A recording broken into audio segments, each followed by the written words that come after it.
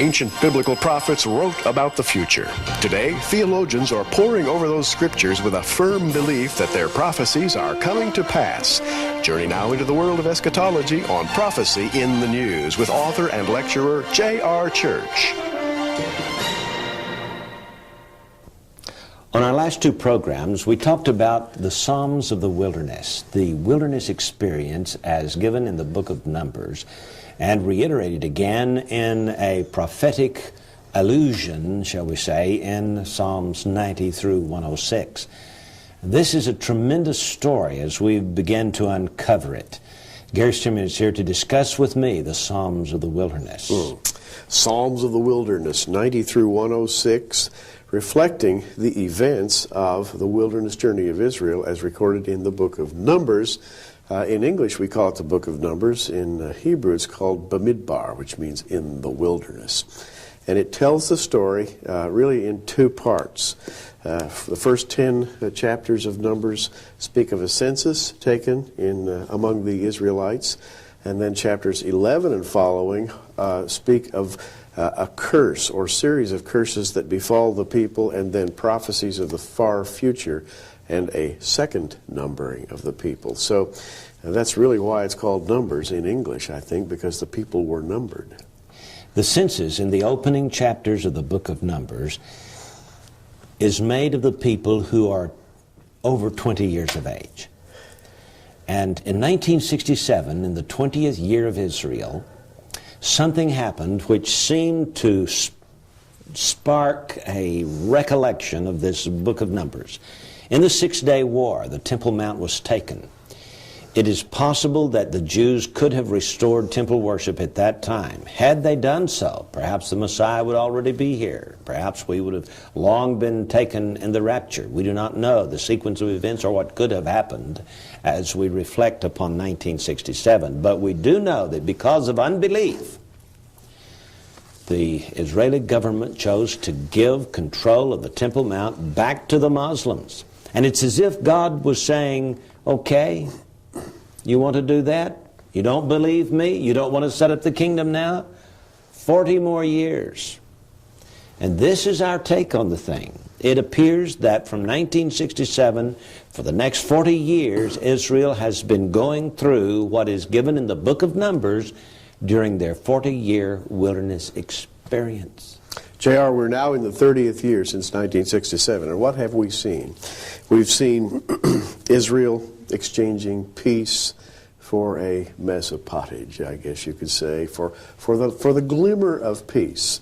They have made all kinds of secret deals with the leaders of Gentile governments worldwide in exchange for some millions of dollars in foreign aid and the promise of the free flow of oil at market prices and so forth and so on. They have ended up literally bartering away their sovereignty, and up until the death of Yitzhak Rabin, were in danger virtually of giving away the entire country. This is not God's plan for Israel. You know, there are two reverse noons beginning in Numbers 10:35 and 11:1, and then 7 more reverse noons in Psalm 107. We feel that these 9 to get packaged together, these 9 backward noons, and by the way, the noon is the 14th letter of the Hebrew alphabet. It means downfall. And the rabbis say when the noon is reversed or turned around backwards, called a noon menuzeret, it means that God is turning his back in judgment upon the wicked. Well, we've seen this, I think, since 1967. And it's possible then that the concluding 7 backward noons, God's ultimate judgment against Mystery Babylon and the Battle of Armageddon, could take place in Psalm 107, 40 chapters later. That's right. And what do we see today?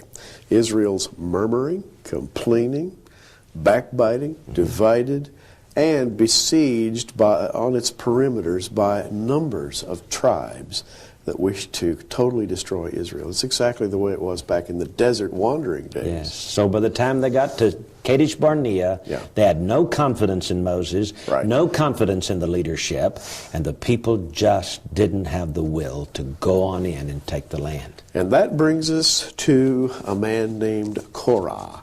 Korah was a Levite, and apparently, J.R., he was a very persuasive speaker. And you know, he saw this lack of leadership ability, and he saw his political opportunity to build a wedge between the people and Moses, and he set out to take control.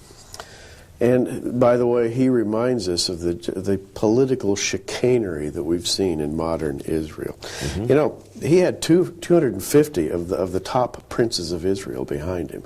Not to mention, as we find out from the narrative, the whole of Israel eventually sided with him. Yes, he even wanted to build his own temple, his own type of worship system. Yes. As opposed to the Levitical tabernacle. Even though he was a member of the tribe of Levi, just sort of smacks of the Antichrist somewhat, you know. And by the way, Numbers offers us many types of the Antichrist. Yes, it does. Not just Korah. That's right. Now, what Moses wrote about in the book of Numbers seems to be a testing of the wills. And I think that's what we're seeing in Israel today. You know, the Temple Mount Faithful, the Gush Emunim, the Temple Institute, they're all continuing to prepare for the rebuilding of the temple. But the Israeli government continues to stiff-arm them and placate the Muslim presence. Even as we make this program today, we happen to be at the time of Tabernacles, 1997, and Gershon Solomon, who has tried to place a cornerstone on the Temple Mount year after year and has been stopped by the government, has sworn that in this season he's going to try it again because he feels that the Lord many years ago instructed him to rebuild the temple. In fact, it was in 1967. J.R., when Korah opened his mouth against Moses, he said, in effect, you think you're so hot. You've brought us out here in the wilderness. We're dying. We're thirsty. You've given us problems. We're unable to fight our enemies. And he says that now, as in verse 13 of chapter 16 in Numbers, he said, you want to make yourself altogether a prince over us. He wasn't buying that. And he set himself up as prince, basically. And fell under the judgment of God. I think that sort of bickering is going on in Israel today. The next thing we see is in chapter 19 of Numbers. It is the ordinance of the red heifer. And Gary, I think we're seeing that also being fulfilled today. Yeah, we are. Yeah, after 2,000 years, there has been a red heifer born in Israel. Melody is just over a year old now, and having entered her second year, next year about this time, entering her third year, she could become the 10th red heifer in history to be sacrificed. So this story of the red heifer here may be being fulfilled today in this new red heifer that's been born in Israel for the first time in 2 millennia. And rabbinic leadership in Israel is playing it very close to the chest on this one because there's a key issue involved. Not just a red heifer, but the waters of purification. Meaning that if those waters are available, and it takes the ashes of the red heifer to make the waters, then temple worship could begin once again. So they're getting ready. Yes. Then we come to the story in chapter 20 of striking the rock again. You know, Moses struck the rock the first time at the request of God. But then God said, Moses, this time I want you to just speak to the rock. The rock, of course, is typical of the Lord Jesus Christ. When he came the first time 2,000 years ago, he was smitten, publicly humiliated. Well, will there be another striking of the rock in this generation? Let's talk about Knesset Bill 174C, Gary. That would be another humiliation of Christ. I don't have a copy of the bill in front of me, but essentially this bill would make it a crime punishable by a year in prison to possess, to reproduce, to share, to import, or to distribute religious literature that has an evangelistic character. Meaning, no more talking about Jesus in the streets of Jerusalem, or Haifa, or Tel Aviv. And it's the Orthodox Jews that are pushing this bill through the Knesset. They are. And if this isn't striking the rock, I don't know what is. It's amazing, isn't it? And then there's the never forgiven sin of Edom in chapter 20 as well. This is the time when Moses asked the king of Edom if he could just go through their land, and he said no. Is it possible, Gary, that Israel will request permission to enter Palestinian-controlled land in order to search out the Hamas, and Arafat could say, no, don't you come in my territory? Even as we speak, J.R., there's a news item that has to do with the Mossad's attempt to wipe out certain terrorists before they can do their evil work, and the world has spoken out against that rather vigorously. You know, the Edomites are the perpetual enemies of Israel. And, for example, in Psalm 137, verse 7, we have, "Remember, O Lord, the children of Edom in the day of Jerusalem, who said, raise it, even to the foundation thereof." The Edomites have always wanted their temples destroyed. And we may be there today in fulfillment of this crazy thing. We'll be back with more in just a moment. Don't go away.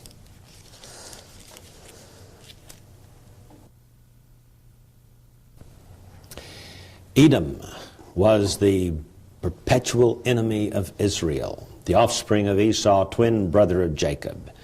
And they fought from the womb itself until this very day. You know, we can see the conflict between the Palestinians and the Israelis today, and it certainly has a lot of parallel with that ancient feud. Yeah, it really does. And it's interesting that today's Palestinians are supported by the global system. Oslo and Madrid, the leaders of Europe, the United States State Department tend to play favoritisms of various kinds with the PLO. And in Psalm 137, which we just read before the break, in which Edom said, when the temple was being destroyed, just strip it bare to the ground, the very next verse says, "O daughter of Babylon, who art to be destroyed, happy shall he be that rewardeth thee as thou hast served us." Edom is seen here in league with the daughter of Babylon, which would be the Gentile nations of the world. And we have that exact thing happening in Israel today, J.R. Edom is not going to do Israel any favors at all. And it appears that the present conflict or confrontations between Yasser Arafat and Benjamin Netanyahu are at least reflective of the problems that Moses had with the king of Edom. Yeah. Is this the only fulfillment of Edom's unforgivable sin, their unforgiven hatred of Israel, or does something far worse lie just ahead in the future? There is that possibility. Let's back up for just a moment about, let's talk again about Korah and his 250 of Israel's princes, the finest of the families of Israel. They stood up against Moses and they were destroyed. Korah in the earthquake and the 250 princes by a fire sent from heaven. Yeah. Could that have modern fulfillment? Well, J.R., there's a great deal of talk in the news these days concerning nuclear weapons. And specifically, it is now known that 84 suitcase-sized nuclear weapons are at least partly in the hands of Arab terrorists. And if God allowed those to be set off, you know, we're talking about fire from heaven, for sure. And something pretty fierce could happen that could rearrange the power structures in the Middle East. Fire from heaven, it's the same kind of fire that fuels the sun. Is that what you're saying? Yeah, the same kind of fire that fuels the sun, nuclear fire. Yeah. And 84 suitcase-sized nuclear weapons are floating around somewhere. And you know the proclivity of terrorists is to set off whatever they possess. And willing to die in the process. Sure. So instead of having a bunch of plastic explosives strapped to his chest, he could just be carrying a suitcase with a nuclear weapon in it and give praise to Allah and snap, there you go. There goes the bomb. There goes the bomb. And we have here... What, before the Israeli Knesset, maybe? Who knows? That would be a real feather in their cap. They certainly wouldn't want to blow up anything on the Temple Mount because they own that. Yes. But you know, when Korah was taken in, as the earth opened up and then swallowed him, fire comes from heaven, destroys those 250 men that offer incense. We're talking about 250 political types here. Let's call them religious liberals and perhaps their followers, their lackeys, their cronies. We see a parallel in modern Israel. Wow. In chapter 20 of Numbers, we also have the deaths of Miriam and Aaron. You recall, those are that's the brother, and Aaron is the brother, Miriam the sister of Moses. And they complained against Moses because he had married an Ethiopian wife in Numbers chapter 12. Here in chapter 20, they die. And I wonder if perhaps this could have its prophetic fulfillment in others who have also created internal strife in Israeli politics. Perhaps they may yet fall under the judgment of God. For that matter, all who were over 20 years of age in 1967 may not live to see the kingdom established. That's an awesome possibility. J.R., we know that there will be a godly remnant in Israel, numbered and sealed right at the beginning of the tribulation period. About other Israelis, we know very little. There are many Israelis, in fact, the vast majority today are not observant Jews. They are not faithful. Yes. Now, at this point, we have covered a great number of chapters in the book of Numbers, and which appear to be clearly under fulfillment today.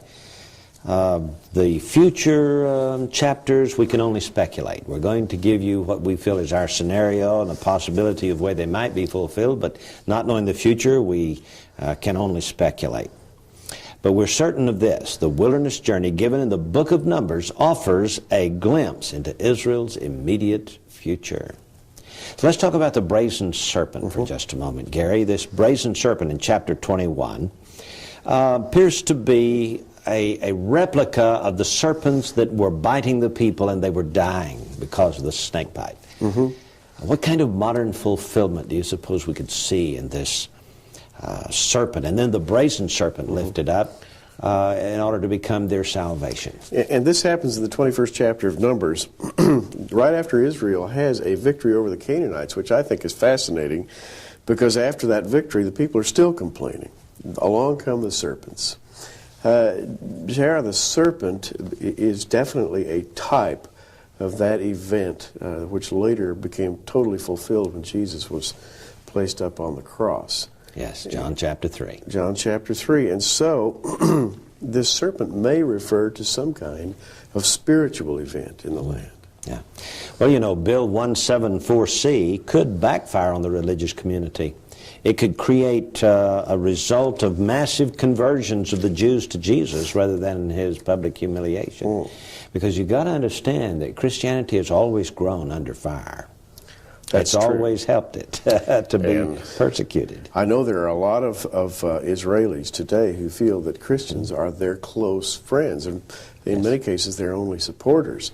And this bill could produce a backlash, and we hear today about many, shall we call them, secret conversions in Israel. That's right. On the other hand, this bite of the serpent has long been a colloquialism for usury. Is it possible then that we have a prophetic implication in the coming mark of the beast, Mystery Babylon's mark of the beast, and this bite of the serpent? Yeah, we can't say. We don't know. But there is to be, perhaps that servant has a almost a double nature. One side of it perhaps speaks of the work of the Lord on the cross. The other side of it speaks of false religion, maybe the Antichrist. And we really don't know. The people tried to worship that serpent at one point, and it was destroyed. Yes. Now there are military victories in the book of Numbers. Chapter 21 tells of the king of Arad who fights against Israel and takes some captives. Then we are told of the battle of Sihon, against Sihon, the king of the Amorites, and against Og, the king of Bashan. And Gary, it seemed significant to me that Israel always wins their battles ever since 1948, just as they win against these three kings. That's right, and these are no ordinary kings. These are powerful, well-armed, very wealthy kings, and in the case of Og, we're talking about a giant here. Yes. And the people who lived in the country that's today eastern Lebanon and northern Syria were known as the giants who constructed those giant buildings in the Bekaa Valley that still exist today. Yes. Well, you know, Arad was of the south, and Og of the north, and the Sihon of the east, and so Israel is sort of surrounded here. And to me, this may reflect upon a battle in the future, like Og, the king of Bashan. It may be Damascus, you say, in Syria. It reminds us of Isaiah 17, doesn't it? Yes, over the Golan Heights. And it's possible that this will erupt finally in the battle of Gog and Magog. So we may be seeing in this 21st chapter here of Numbers, the battle of Gog and Magog under development. And so we've got these fascinating things in the book of Numbers that we may not be able to put our finger on what's going to happen in the future, but we have already showed you what has happened in the past, and we appear to be in the wilderness experience today. We'll be back in just a moment.